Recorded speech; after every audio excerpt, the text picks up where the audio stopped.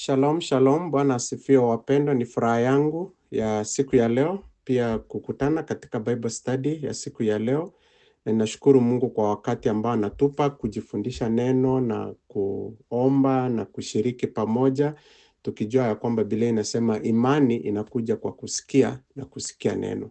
So tunapochukua muda wetu katika neno, imani yetu inaendelea kukua na inaendelea kuinuka. Na imani yetu inapokukua na kuinuka, yale mashaka na mambo mengine ambayo yanatishia imani yetu yanapungua na yanaendelea kuwa madogo. Wacha tuombe. Baba, katika jina la Yesu, asante kwa siku ya leo, asante kwa neno lako. Naomba ya kwamba uendelee kuinua imani yetu. Naomba tuzungumzie kupitia kwa Roho Mtakatifu, kwa sababu yeye ndiye aliandika hili neno na yeye ndiye alitia pumzi katika hili neno. Na asante kwa kipawa cha Roho Mtakatifu ndani yetu. Tunaomba tunaposhiriki neno, atufungue macho, atufundishe, ni mwalimu wetu, na ili neno likapate kupata nafasi katika maisha yetu. Katika jina la Yesu nimeomba na kuamini. Amen, amen. Leo tunaenda katika Genesis chapter 22, kitabu cha Mwanzo, sura ya 22. Na katika Genesis chapter 22, we see God testing Abraham's faith in one of the most profound ways in scripture. Tunaona hapa kwamba Mungu anajaribu imani ya Ibrahim. Mungu hakuwa anajaribu Abraham, lakini anajaribu nini? Imani ya Ibrahim kwa njia moja ambayo ni ya kipekee sana katika maandiko. Hatujaona mtu mwingine pia amejaribiwa kiasi hiki ijapokuwa Yesu Kristo peke yake. Tukisoma katika kitabu cha Mathayo na vitabu vingine vya Injili. Hapa katika Mwanzo 22 tunaona Mungu anamuagiza Ibrahim amchukue mwanawe ambaye alikuwa anaitwa Isaac, ambaye ni mtoto mpendwa na mtoto wa ahadi. Kumbuka Abraham na Sarah alikuwa amengoja mtoto kwa miaka mingi. So mtoto alikuwa ni mtoto wa kipekee. He was a beloved son, a begotten son. Huyu alikuwa ni mtoto wa promise. Unajua kile kitu ambacho umeombea wakati mrefu, umetamani, umetafuta Mungu, na baadaye Mungu amekupatia na unakitunza because it's precious to you, ni cha maana sana. Alafu Mungu anamtokea Ibrahim, anamwambia sasa, huyo ambao unamshikilia kama dhahabu, sasa nataka umtoe dhabihu katika mlima Moria. This is tough. Imagine, what is the most important thing or a person to you today? Wengine wenu labda ni mtoto wako. Unajua vile ulimpata huyu mtoto, na huyu mtoto kweli ndio roho yako. To some people ni hiyo kazi uko nayo. Labda umeteseka, watoto uko nao, vitu zingine uko nazo. So yeah, they are important, tuseme sio za maana, lakini labda hii nafasi, hii opportunity, kazi uko nao ndio umeshikilia katika roho yako sana. Kwa watu wengine labda ni hiyo shamba uko nayo, ama hiyo savings uko nayo kwa bank. Unajua inaweza kuwa mambo tofauti. Imagine Mungu akutokezee leo akwambie, huyo mtoto unayempenda sana, huyo mtoto wa ahadi, huyo mtoto umengoja ama umesacrifice, umesave mpaka ndio umepata hii shamba ama hii savings uko nao. Sasa Mungu akwambie sasa nataka utoe yote kama dhabihu katika mlima Moria. That is tough. Hii ilikuwa ni jaribu la imani ya kipekee. Lakini hapa katika Mwanzo 22 tunamuona Ibrahim kwa utii na imani ya kina yake. Ibrahim anaondoka asubuhi na mapema, hata ingawa hakuelewa amri ya Mungu, alichagua imani badala ya woga. In deep obedience and trust. Yaani Abraham anatii na anaamini Mungu. Na tukisoma katika kitabu cha Waebrania ambayo inafafanua vile Abraham alikuwa anafikiria wakati huu ambao alikuwa anapitia haya majaribu, vile inasema ya kwamba Abraham believed that God will raise his son from the dead.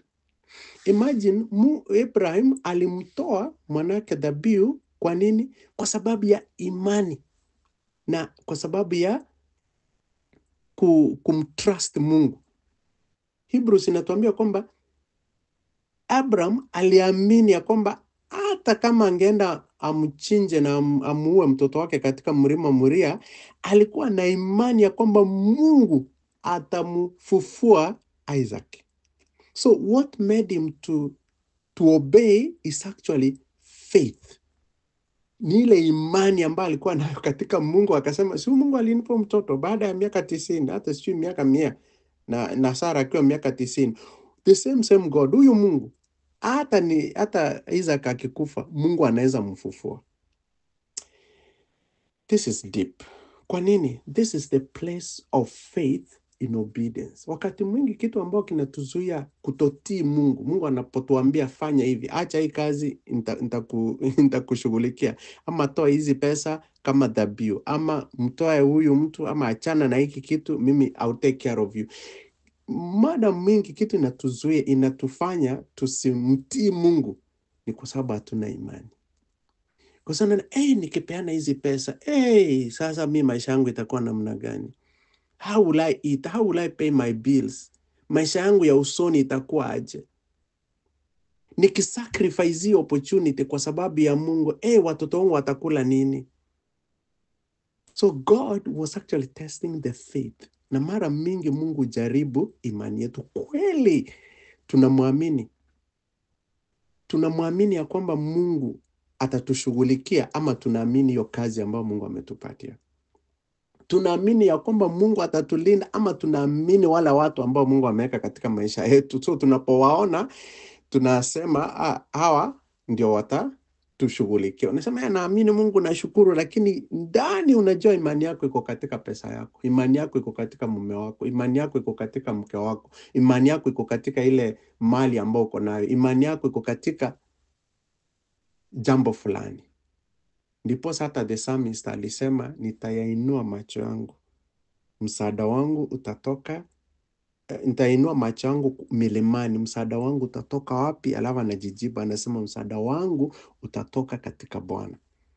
You know, our jobs, the people in our life, our families, our money, whatever resources, our skills, our education, tunaweza hesabu zote, can be like mountains. Hizo vitu zinaweza kuwa kama milima katika maisha yetu, na tunafikiria msaada wetu unatokanga kwa hiyo milima. Our provision, sometimes we behave like our provision comes from our money, our income, our professions, ama ile kazi ambayo tunafanya. Ndipo sasa Psalmist anasema, je, msaada wangu utatoka zaidi ya milima? This is about faith. Na wakati tunainua macho yetu zaidi ya all the provision na ile baraka zote Mungu ametupatia, tunaona ya kwamba msaada wetu unatoka zaidi ya watu, zaidi ya kazi, zaidi ya pesa, zaidi ya mali, zaidi ya elimu. Msaada wetu unatoka kwa Mungu. When we have such profound faith, ni rahisi kumtii Mungu. Ni rahisi kumtii Mungu. So tukiendelea katika Genesis chapter 22, in this story, so wanapofika mlimani huko Moriah, Isaka akabeba kuni za sadaka. Akafika, wanapoelekea njiani, akamuuliza babake, kondoo wa dhabihu yuko wapi? Akasema, naona tuko na moto na tuko na kuni. Sasa kondoo wa dhabihu yuko wapi? Kwa nini? Kwa sababu Isaac alikuwa anaelewa sacrifices. Inaonekana sio mara ya kwanza wana sacrifice kwa Mungu, kwa sababu Abraham alikuwa mtu mtiifu ambaye alikuwa anafundisha watoto wake ama mtoto wake njia za Mungu na vile how do we worship God. Alikuwa anafundisha mtoto wake juu ya sacrifice. So Isaac anaelewa. And by the way, can I surprise you? Isaac alikuwa na miaka ngapi wakati wanapelekwa kuwa sacrificed? Do you know? Alikuwa na miaka karibu 40. So alikuwa mtoto, huyo alikuwa mtoto, sijui mtoto wa miaka moja au mtoto ambaye aelewe atashikwa hapa, afungwe na aanze kukatwa. Alikuwa mwanaume mzima, wenda ufanye research. Alikuwa ni mwanaume wa miaka karibu 40. So alikuwa anaelewa maneno ya sacrifice. Sasa akiuliza, je, tuko na kuni? Naona tuko na moto. Kondoo wa dhabihu yuko wapi? Ibrahim anamjibu, anaambia Mungu mwenyewe atajitwalia. Mungu atatoa kondoo wa dhabihu. What a profound answer from a father of faith. Baba wa imani anasema Mungu mwenyewe atajitwalia kondoo wa dhabihu.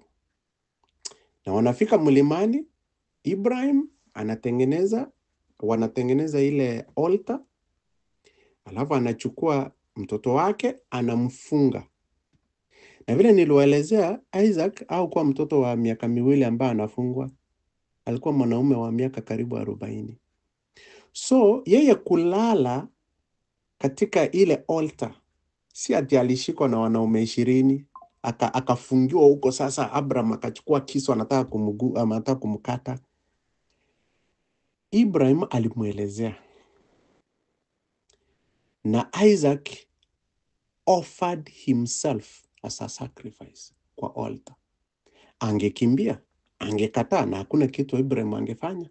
Kumbuka Ibrahim ni sahi ako na miaka karibu 140, kwa sababu alimpata Isaac akiwa na miaka 100. Sasa kama the average age ya Isaac hapa ilikuwa 40, kwa hivyo Abraham hapa ni mzee wa miaka karibu 130.